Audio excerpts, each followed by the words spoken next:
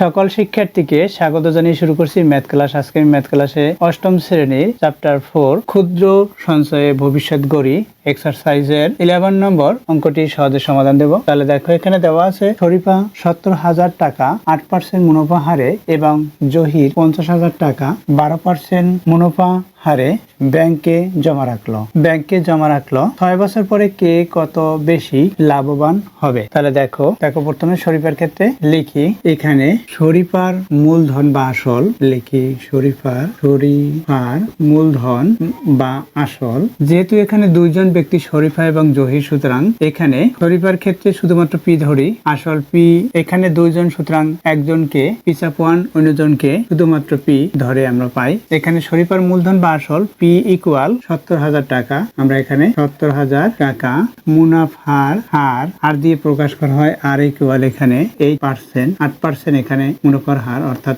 8/100। সময়কে এন দ্বারা প্রকাশ করা হয়, এন ইকুয়াল 6 বছর। বের করতে হবে শরীফার মুনাফা লিখি, বের করতে হবে শরীফার সরল মুনাফা বা মুনাফা আই ইকুয়াল 1। এটা শরীফার ক্ষেত্রে লিখেছি। এখন এরপর কি জহিরের ক্ষেত্রে লিখি। দেখো, আবার জহিরের মূলধন বা আসল লিখি।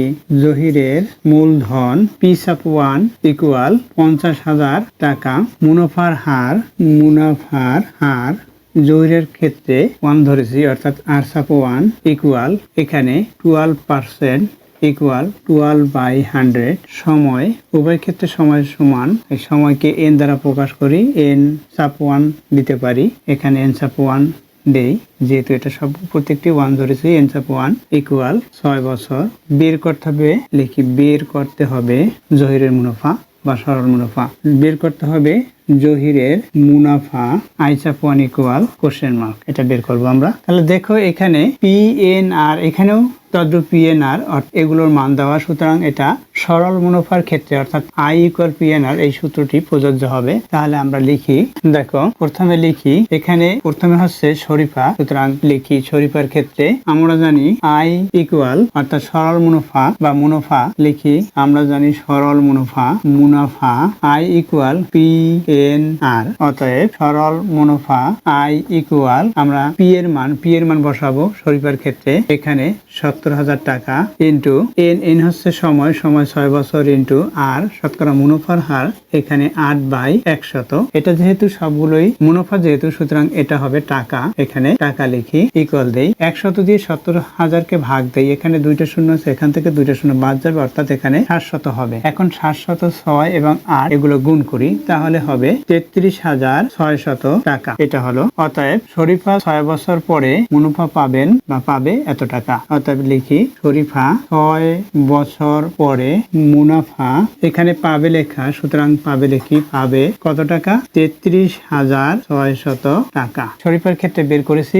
এখন জহিরের ক্ষেত্রে লিখি জহিরের ক্ষেত্রে, এখানে লিখি আবার জহিরের ক্ষেত্রে আমরা জানি সরল মুনাফা I ইকুয়াল PNR। অতএব সরল মুনাফা, এখানে জহিরের ক্ষেত্রে I1 ধরেছি, P1, N1 এবং R1 ইকুয়াল দেই, মান বসিয়ে দেই। এখানে P1 এর মান কত? 50,000 টাকা। জহিরের 50,000 ইন্টু এন হচ্ছে সময় 6 বছর ইন্টু শতকরা মুনাফার হার জহিরের ক্ষেত্রে এখানে কত পেয়েছি? 12/100 এখানে টাকা হবে। এখন দেখো, এই 100 দিয়ে এটাকে 50,000 ভাগ করলে এখানে 500 হবে। এখন 500 গুণ 6 গুণ 12 এগুলো করব। দেখো, মনে করি 505 মনে করি, 5 গুণ 6 530, তাহলে 30-এরও শূন্য আমি বাদ দেই, অর্থাৎ 3 দিয়ে 12কে গুণ করি, 3 বারং 36 লিখলাম। এখানে 2টা শূন্য এবং 30-এর একটি শূন্য, অর্থাৎ 3টা শূন্য, 36,000 হলো এত টাকা। দেখো 36,000 টাকা পেয়েছে।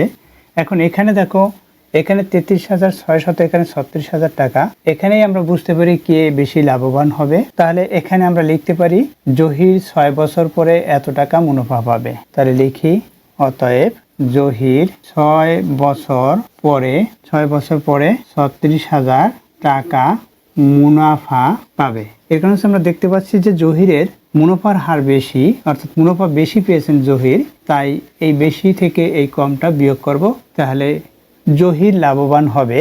দেখো, তাহলে কে কত বেশি লাভবান হবে লিখি। অতএব জহিরের যেহেতু মুনাফার পরিমাণ বেশি, সুতরাং জহির লাভবান হবে। সুতরাং লিখতে পারি আমরা অতএব জহির লাভবান হবে কত, এখানে 36,000 মাইনাস 33,600, বা এটা থেকে এটা মাইনাস করি তাহলে কত হবে 2,400 টাকা।